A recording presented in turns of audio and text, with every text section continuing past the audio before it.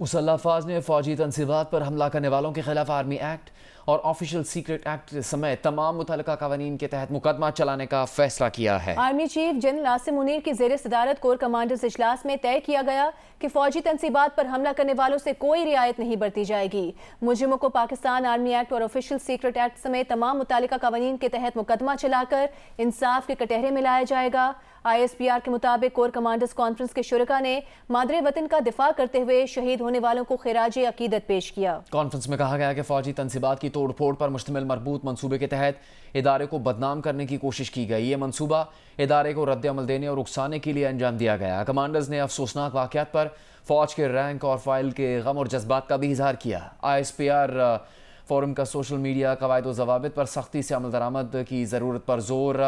ISPR forum का कवायद की खिलाफ वर्जी करने वालों को सज़ा देने के लिए मुतल्लिका कानून पर अमल दरामद की ज़रूरत पर जोर। इजलास को बताया गया कि जलाओ घेराव का एक मुनज़्ज़म मनसूबा बनाया गया जिसके तहत शहदा की तस्वीर और यादगारों पर हमले किए गए, तारीखी इमारतों को जलाया गया, फौजी तनसीबात पर हुल्लड़बाजी की गई ताकि इदारे को बदनाम किया जाए और इसे इश्तियाल दिलाकर फौरी रद्दअमल पर मजबूर किया जा सके। कॉन्फ्रेंस ने फौजी तनसीबात और निजी और सरकारी इमलाक पर सियासी वजूहात की बिना पर किए जाने वाले इन हमलों की सख्त तरीन अल्फाज में मजम्मत की। कोर कमांडर्स ने इन अफसोसनाक और नाकाबिल कबूल हमलों पर पाक फौज के रैंक एंड फाइल में मौजूद गम और गुस्से से भी आगाह किया। ISPR के मुताबिक अब तक हासिल किए जाने वाले नाकाबिल तरदीद शवाहिद की बुनियाद पर मुसल्लह अफवाज इन हमलों के मनसूबा साजों, इश्तियाल दिलाने वालों, मददगारों और इस अमल में शरीक अफराद से अच्छी तरह आगाह है।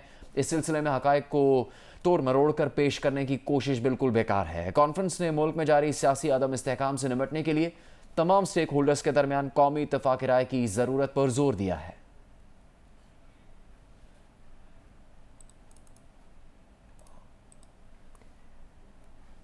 वज़ीर दिफा ख्वाजा आसिफ इमरान खान के खिलाफ मिलिट्री एक्ट के तहत मुकदमे की हिमायत करेंगे या नहीं? देखिए वज़ीर दिफा का इंटरव्यू रात 10 बजे की हेडलाइंस के बाद जियो न्यूज़ के प्रोग्राम आज शाहजेब खानजादा के साथ में।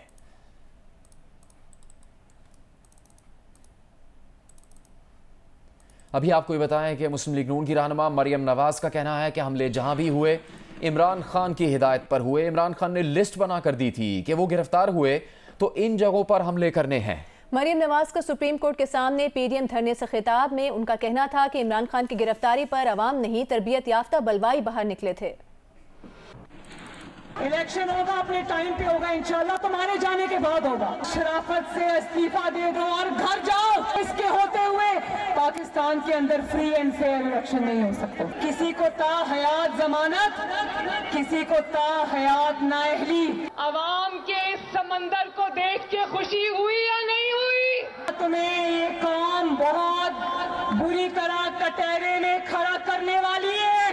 आज जबकि हमारी फौज मार्शल लॉ लगाने को तैयार नहीं है, जमहूरियत आइन और कानून के साथ खड़ी है, तो आज पाकिस्तान का 5वां martial law, judicial martial law भी यहाँ से लगा है। तुम्हें तो रेंजर्स का शुक्रिया अदा करना चाहिए।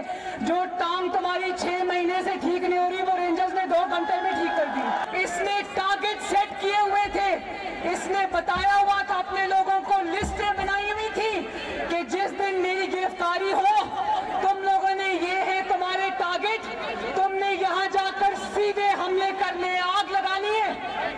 जब अल कादिर ट्रस्ट के बदले 450 कनाल जमीन लेनी होती है, उस वक्त पिंकी पीरनी जो है वो सरगना बन जाती है चोरों की गैंग की, और जब अदालत बुलाती है तो बड़ा मासूम सा मुंह बनाकर कह देते हैं कि वो तो घरेलू खातून है। और आज जब पिंकी पीरनी साहिबा को अदालत लेके जा रहे थे तो अदालत के कमरे तक गाड़ी गई और सफेद चादरों के हिसार में उसको लेकर जाया गया।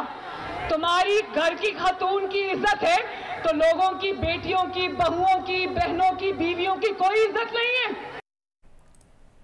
चेयरमैन PTI इमरान खान ने अपनी गिरफ्तारी के बाद होने वाले फसादात का इल्ज़ाम एजेंसियों पर धर दिया। अपने ताज़ा बयान में इमरान खान ने इल्ज़ाम लगाया कि आतिशज़नी और कुछ जगहों पर फायरिंग एजेंसीज के अफराद ने की। उनके पास किसी भी आज़ाद इंक्वायरी कमीशन को पेश करने के लिए काफ़ी शवाहिद हैं। इमरान खान ने कहा कि हंगामाराई करने वाले चाहते थे कि तबाही फैलाए और इसका इल्ज़ाम PTI पर डाले ताकि क्रैकडाउन का जवाब मुहैया हो सके। इससे पहले इमरान खान ने बगावत के मुकदमे में अपनी गिरफ्तारी का खदशा जाहिर किया। कहा कि उन्हें और बुशरा बीबी को गिरफ्तार किया जा सकता है, खुद उन पर बगावत का मुकदमा चलेगा, 10 साल की कैद होगी। साथ ही उनकी जमात PTI पर पाबंदी लगाई जा सकती है। फजलुर रहमान के सुप्रीम कोर्ट के बाहर धरने को इमरान खान ने चीफ जस्टिस पाकिस्तान पर दबाव डालने की साजिश करार दिया और कहा कि इसका मकसद चीफ जस्टिस को मरूब करना है ताकि वो आइन के तहत फैसला देने से बाज रहे। बरतानवी अखबार को इंटरव्यू में इमरान खान ने कहा कि उन्हें किसी की हिमायत नहीं चाहिए, वो चाहते हैं कि इदारे गैर जानिबदार रहें, आज़ादाना और मुनसिफाना इंतखाबात चाहते हैं।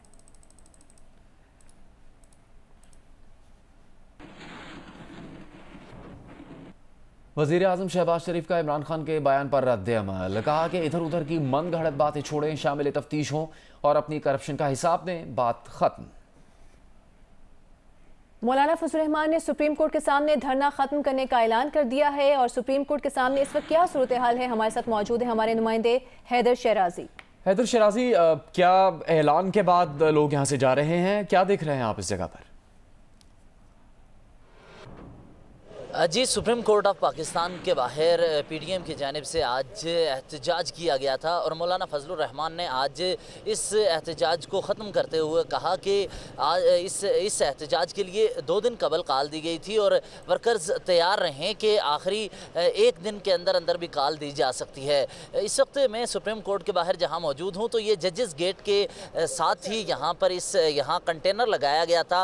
अब जिस वक्त ऐलान किया इस एहतजाज के खात्मे का तो यहाँ अब इस शाराए दस्तूर को ट्रैफिक के लिए खोला जा रहा है। इस वक्त यहाँ इस शाराए दस्तूर पर जो वर्कर्स मौजूद थे उनकी वजह से यहाँ पर बैनर्स पड़े हुए हैं, खाने के लिए जो सामान के साथ जो यहाँ चीज़ें पड़ी हुई हैं इनको उठाने का काम किया जा रहा है, सफाई के इंतज़ामात का जायज़ा लिया जा रहा है और वर्कर्स यहाँ से बड़ी तादाद में इधर से शाराए दस्तूर को छोड़कर अपने अपने इलाकों की तरफ रवाना हो गए हैं। लेकिन यहाँ पर इस वक्त सफाई का अमल जारी है और इसके साथ ही ये जो जजेस गेट। शराजी, इस मालूमात के लिए।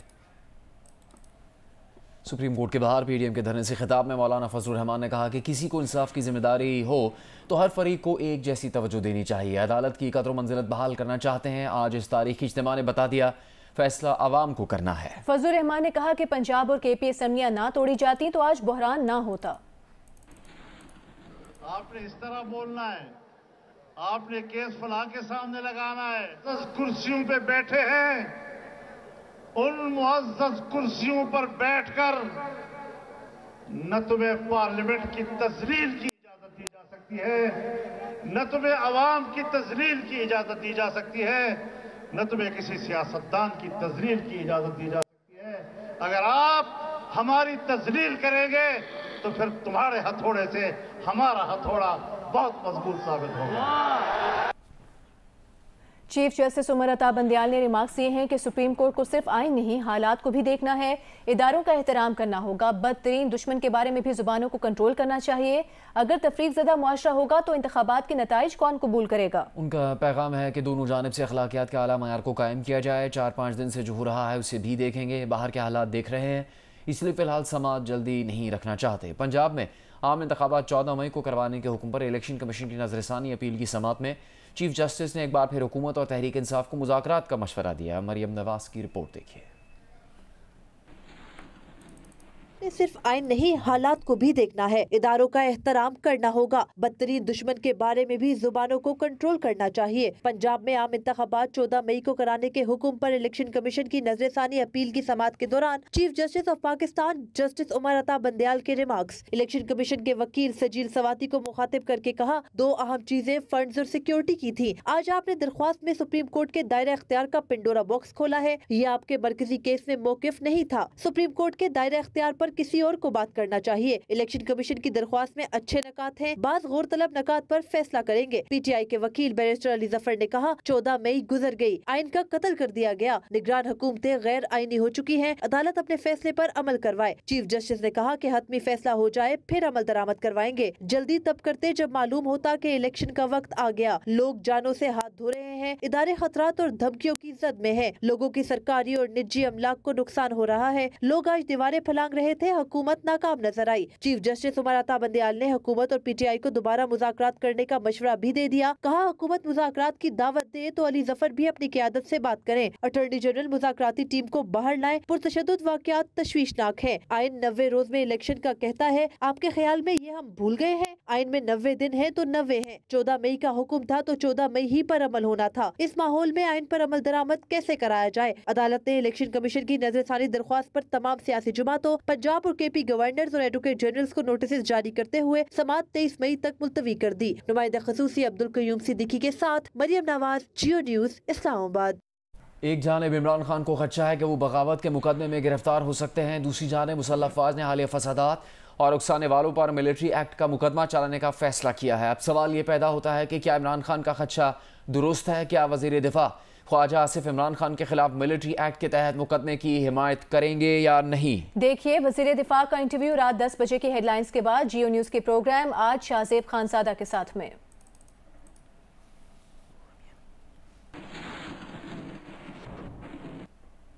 इमरान खान की आवाम से एहतजाज के लिए तैयार रहने की अपील पर रद्द-ए-अमल में वजीर इत्तलात मरियम औरंगजेब ने कहा है कि मुसल्लह जत्थे, दहशतगर्द और गुंडे तो गिरफ्तार हैं, अब इमरान खान किसे आवाज़ दे रहे हैं? आवाम इमरान खान की दहशतगर्दी और मुल्क दुश्मनी का हिस्सा बनने को तैयार नहीं है। इमरान खान आराम से जमान पार्क में बैठे हैं। जो आग उन्होंने लगानी थी लगा ली, दोबारा नहीं लगाने देंगे।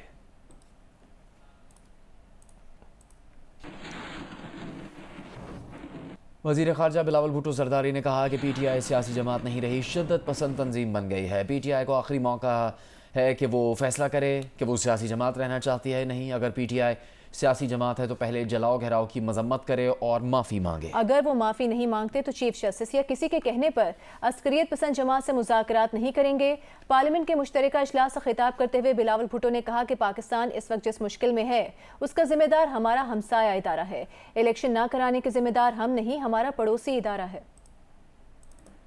JUIFA के रहनुमा और विफाकी वजीर मौलाना अब्दुल बासित ने आर्मी एक्ट के तहत मुकदमात की खुलकर हिमायत कर दी, जबकि नून लीग के रहनुमा विफाकी वजीर खुर्रम दस्तगीर ने खुलकर हिमायत नहीं की।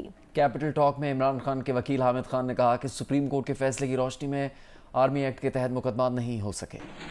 जब आर्मी के JHQ पे हमला कर दिया और इन आर्मी के जो मुंतसबात पे उन्होंने अमले किए हैं, तो अगर उस हवाले से आर्मी वाले अपने हवाले से उनके खिलाफ मुकदमा कायम करते तो हक रखते। मैं ये कह रहा हूँ कि अगर इतनी एविडेंस आती है, आर्मी एक्ट पढ़ें, और अगर उसके अंदर एविडेंस आती है कि इसी को प्रोसिक्यूट करना है तो जरूर करना चाहिए। 1999 की एक सुप्रीम कोर्ट की जजमेंट भी मौजूद है कि जहां कहीं कवानीन मौजूद हों और वो अदालतें मौजूद हों जैसे एंटी टेररिस्ट कोर्ट्स हैं, उनके होते हुए मिलिट्री ट्रायल्स का कोई जवाज़ नहीं बनता। मिलिट्री एक्ट, आर्मी एक्ट के और ऑफिशियल सीक्रेट्स एक्ट के ट्रायल का कोई जवाज़ नहीं बनता जब आपके पास आइन के तहत सिविल लॉ के तहत और एंटी टेररिज्म लॉ के तहत आपके पास अदालतें मौजूद हैं, तो ट्रायल वहाँ पर होने चाहिए। इमरान खान साहब के दौर में आर्मी एक्ट का इतलाक हुआ और इंटरेस्टिंग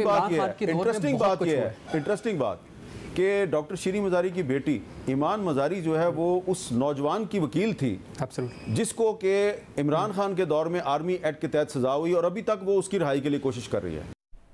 नैब ज़राए के मुताबिक इमरान खान के खिलाफ तहकीकात अलकाद ट्रस्ट केस के नाम से गलत मंसूब की जा रही हैं। इमरान खान और दीगर अवामी ओहदा रखने वालों के खिलाफ इख्तियारात के गलत इस्तेमाल का केस है। इमरान खान के खिलाफ गैर कानूनी तौर पर माली फवाइद के हुसूल का केस है। ज़राए के मुताबिक इमरान खान और दीगर के खिलाफ NCA की मौसूल जराइम की रकम वसूली में मुजरिमाना खिलाफ वर्जी है। मुलजिमान पर अलकादर यूनिवर्सिटी के लिए ज़मीन का गैर कानूनी हुसूल तहकीकात का हिस्सा है।